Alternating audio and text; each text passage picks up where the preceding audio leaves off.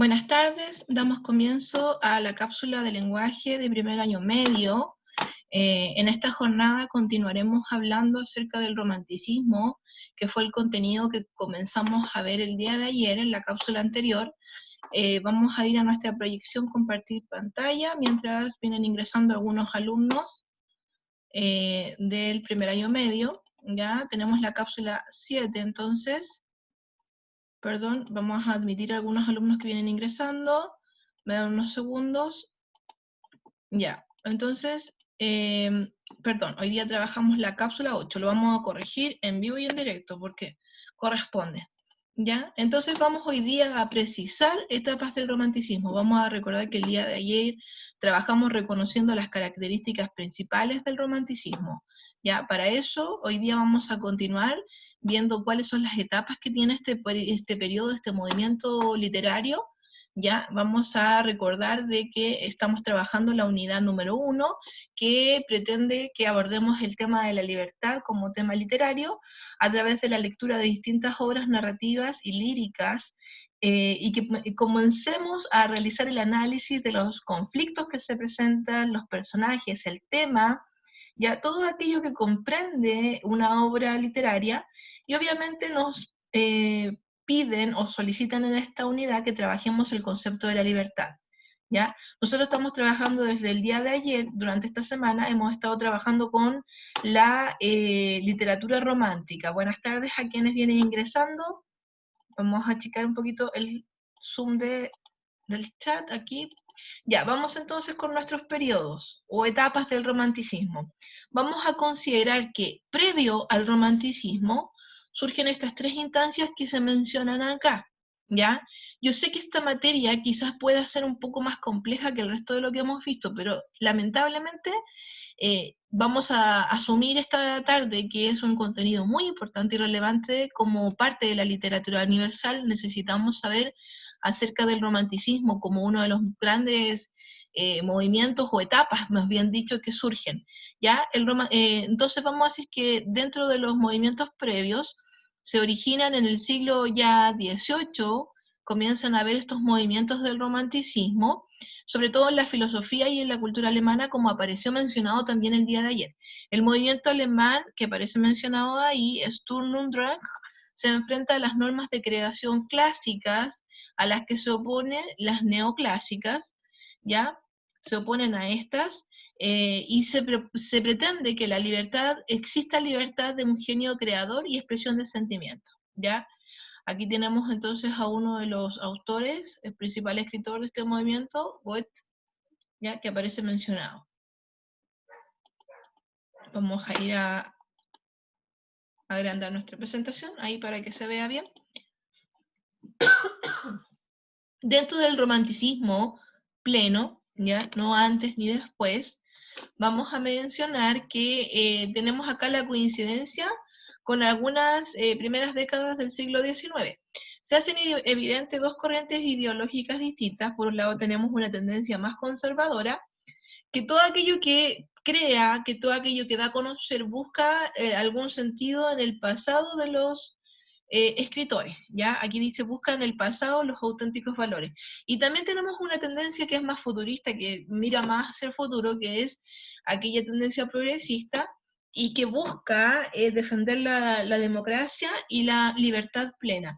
Tenemos mencionados autores en cada una de las tendencias.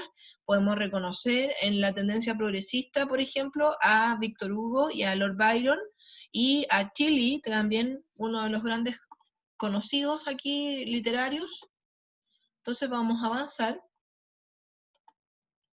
Después del romanticismo, o sea, post-romanticismo, una vez ya ocurrido, podemos decir que a partir de la segunda mitad del siglo XIX se va imponiendo una literatura preocupada más bien por la realidad social. ¿Ya? Entonces comienzan los autores a llevar los temas que ocurren dentro de la población, que ocurren a la gente, y eso se empieza a llevar de manera más considerada, por decirlo de alguna forma, a los textos. Si bien en la obra de algunos autores pervive la exploración de sentimientos íntimos, también podemos considerar que se lleva más lo social a la poesía. Dentro de las etapas del romanticismo en España, vamos a considerar que tenemos en el siglo XIX donde sobrevive a la literatura dieciochesca, a pesar de que algunos autores europeos veían el pasado literario, especialmente el español, ligado a lo romántico. Desde el año 1833 a 1940 se difunde la llegada y el apogeo del romanticismo, y a partir de 1840 se va ganando terreno los autores postrománticos, es decir, que surgen después del romanticismo, que ya dan pie a un nuevo movimiento, ya que deja de ser el romanticismo y se empieza a llamar modernismo, ya, y aquí vamos entonces a comenzar ya la segunda mitad del siglo XIX. En nuestra reflexión, lo que pretendo es que trabajemos con lo que acabamos de ver y las etapas que hoy día se presentan, y vamos a ver también un video que tiene relación con lo que estamos analizando. Estos son videos bastante breves, espero que puedan tomar apuntes. Hola compañeros alumnos de tercero B. Este video se trata de las etapas del romanticismo, en el cual mi equipo está conformado por Cristo. Vamos a avanzar un poquito porque en realidad no es necesario escuchar los créditos de los... Comencemos. ¿Qué es el romanticismo? El romanticismo es un movimiento cultural que se originó en Francia, Alemania, Reino Unido y España a finales del siglo XVIII como una reacción revolucionaria contra el nacionalismo de la Ilustración y el neoclasicismo, confiriendo prioridad a los sentimientos. Es considerado como el primer movimiento de cultura que cubrió el mapa completo de Europa. En la mayoría de las áreas estuvo en su apogeo en el período aproximado de 1800 a 1850. ¿Cuáles fueron sus etapas? Primera etapa. El prerromanticismo, finales del siglo XVIII, 1835. Escritores formados en la tradición neoclásica adoptan, en parte, las nuevas ideas. José Cadalso, Ignacio Álvarez y Cienfuegos a Manuel José Quintana presentan características prerrománticas en algunas de sus obras.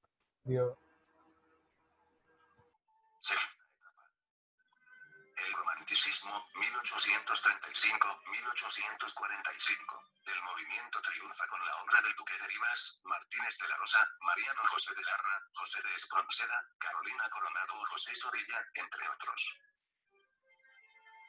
Tercera y última etapa. El postromanticismo, en pleno triunfo de la estética realista, en 1849 se publica La Gaviota de Fernán Caballero. Las obras de Gustavo Adolfo Bécquer y Rosalía de Castro ponen la culminación de la literatura romántica en nuestro país.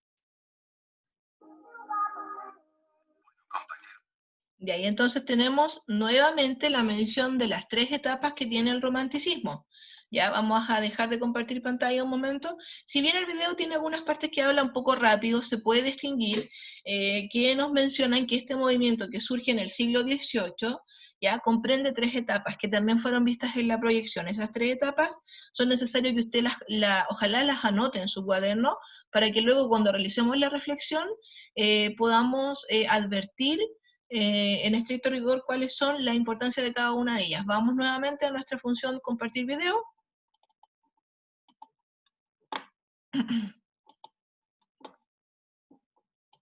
Y no le diste importancia. Y aunque hoy el término romántico se usa para referir... Desde acá. Ya en el colegio te habrán explicado ligeramente qué es el romanticismo y no le diste importancia. Y aunque hoy el término romántico se usa para referirse a una característica propia de los amantes apasionados, originalmente la concepción del término involucra un concepto más amplio. Básicamente, el romanticismo fue un movimiento cultural, social y en menor medida político, que surgió como una refutación a las ideas de la Ilustración y a los cánones del neoclasicismo.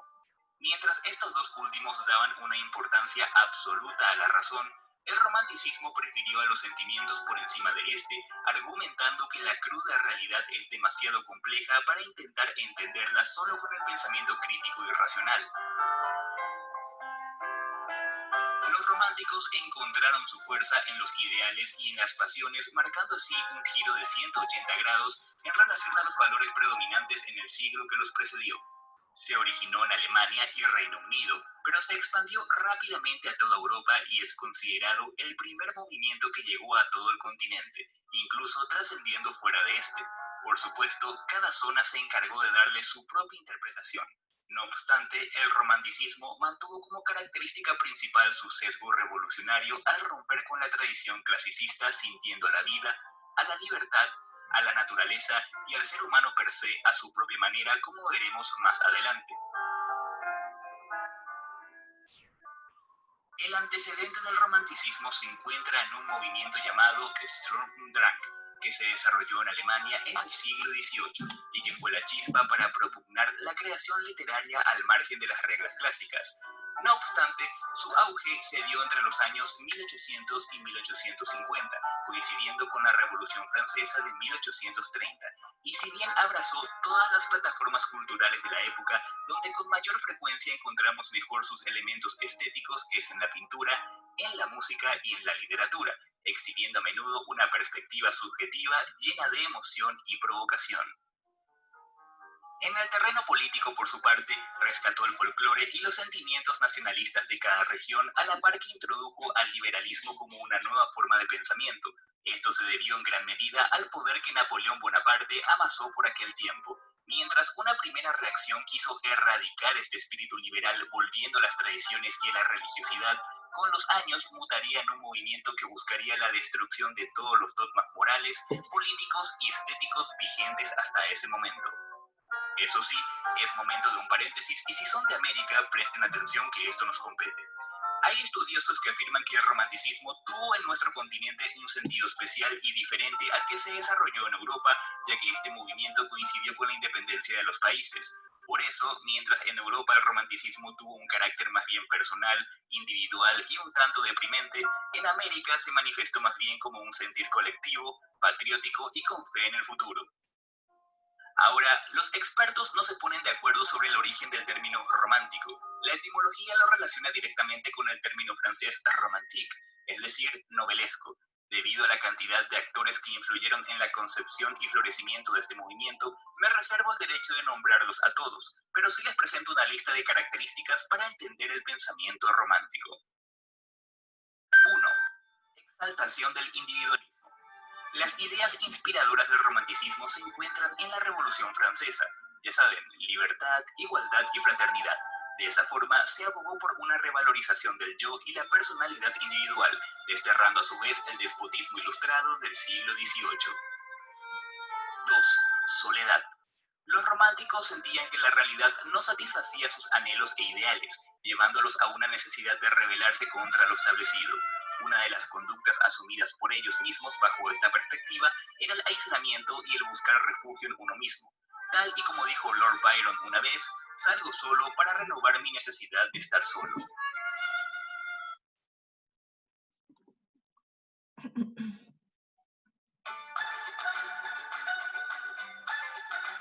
Hola, soy.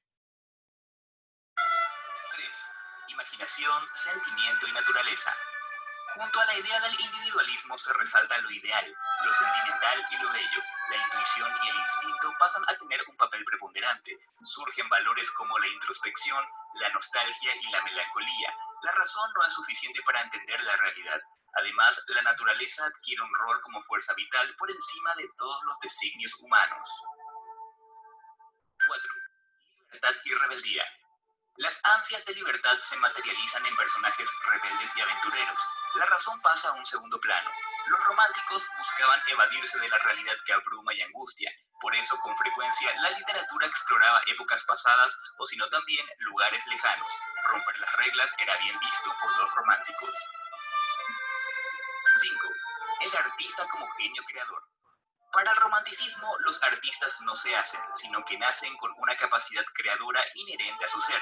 Resaltan mucho la originalidad sobre la tradición clasista y los cánones, y la creatividad sobre la imitación de lo ya conocido. Es decir, cada persona debe mostrar eso que lo hace único. Por esto es propio de este movimiento el aprecio a la obra, por aquellos días considerada como imperfecta o abierta. Un buen artista romántico además debía expirar joven, ya sea suicidarse por amor o por tristeza, o morir por tuberculosis.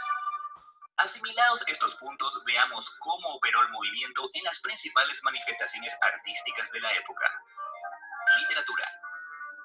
El romanticismo sobresalió en los géneros lírico y dramático y enriqueció el lenguaje del neoclasicismo, introduciendo lo exótico y lo extravagante.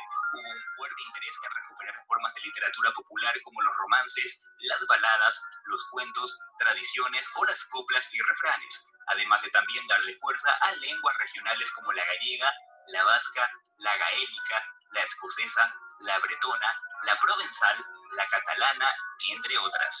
La prevalencia del individuo puso de moda las autobiografías, así como los artículos de costumbres. También surgió el género de la novela histórica y la novela gótica o de terror, así como la leyenda. Empiezan a escribirse novelas de aventuras y novelas por entregas.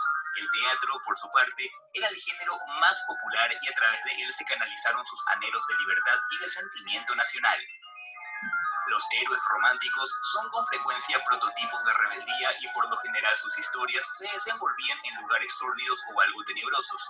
Los autores se caracterizaban por romper cualquier normativa que ellos consideraran restrictiva para su creatividad. De esa forma, narradores empiezan a mezclar prosa con verso y poetas empiezan a mezclar versos de arte mayor con arte menor o a apostar por una rima más libre como la asonante, por citar algunos ejemplos. Posteriormente, ya en la etapa del post-romanticismo, esta vertiente se fragmentaría en otras corrientes como el parnasianismo, el simbolismo, el decadentismo o el prerrafaelismo, que años más tarde ayudarían a conformar el denominado modernismo hispanoamericano.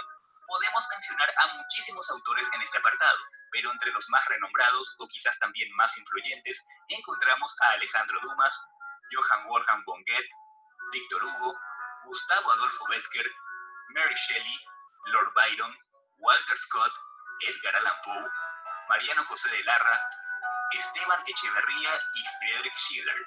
Por cierto, un dato curioso, Friedrich Schiller fue el que escribió el poema titulado Himno a la Alegría, el mismo que luego Beethoven utilizaría en el último movimiento de su tan famosa Novena Sinfonía.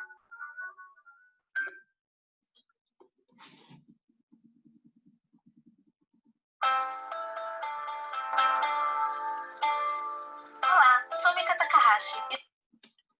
Música. La música romántica tomó impulso en Alemania con el trabajo del gran Ludwig van Beethoven y más tarde con Carl Maria von Weber y Felix Mendelssohn, y sin duda marcó un antes y un después en la historia de la música académica. Fue un estilo novelesco e imaginativo que creía que la música pintaba los sentimientos de una manera sobrehumana y transportaba al oyente a un reino desconocido. Sobresalieron dos elementos en particular, la música programática y el cromatismo. El primero buscaba despertar sensaciones más allá de la experiencia musical como estados de ánimo. El segundo consistía en el uso de notas intermedias de una escala, también llamadas semitonos, dando así lugares a bemoles y sostenidos.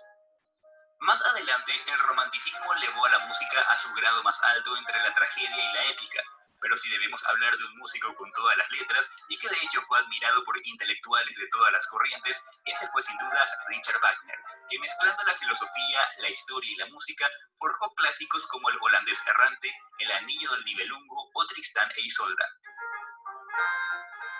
Entre otros compositores podemos también mencionar a Franz Schubert, Robert Schumann, Franz Liszt y finalmente a Arnold Schoenberg, quien cerró esta etapa con su experimentación con ruidos y secuencias. A comienzos del siglo XX, el romanticismo empezó a perder fuerza y fue reemplazado por una nueva corriente, el impresionismo. Ballet. Aunque no he encontrado mucha información sobre el ballet en el romanticismo, lo que les puedo decir es que aparece a principios del siglo XIX, pasando a sustituir al ballet de acción. Ya, vamos a hacer una pausa acá porque lo que empieza a plantear el video de ahora en adelante tiene que ver más con la escena artística del movimiento, ¿ya? Hay hartas cosas que tenemos que rescatar de lo visto, ¿ya? El movimiento literario romanticismo es mucho más importante de lo que nosotros habíamos pensado, ¿ya? Una vez que nosotros consideramos sus tres etapas, que ojalá ustedes las puedan recordar, no me interesa tanto que se acuerden de las fechas, pero sí que sepan, por ejemplo, cómo se denominan. Eso es importante y que sepan las características que tiene cada movimiento. Hay que considerar que en el plano general el romanticismo, bueno, que se da en distintos géneros, se plantea el narrativo y el lírico, ¿ya? En realidad es importante porque rompen los esquemas que traían preestablecidos, ¿ya? Y empiezan a existir, por ejemplo, las novelas de terror, que son súper importantes para nosotros porque nos encantan, ¿ya? Y también empiezan a surgir los estilos libres dentro de la poesía, ¿ya? No hablamos de poesía estructurada, sino que hablamos de poesía que ya no es necesario que tenga una rima consonante o asonante, sino que se da más bien la poesía libre, ¿ya? Todas las características que pudimos haber observado en el video, que tienen que ver con el romanticismo, ¿ya? Las vamos a resolver y las vamos a analizar a continuación en nuestra reflexión, ¿ya? Así que vamos a salir en esta primera parte y volvemos a integrarnos para poder hacer nuestros comentarios.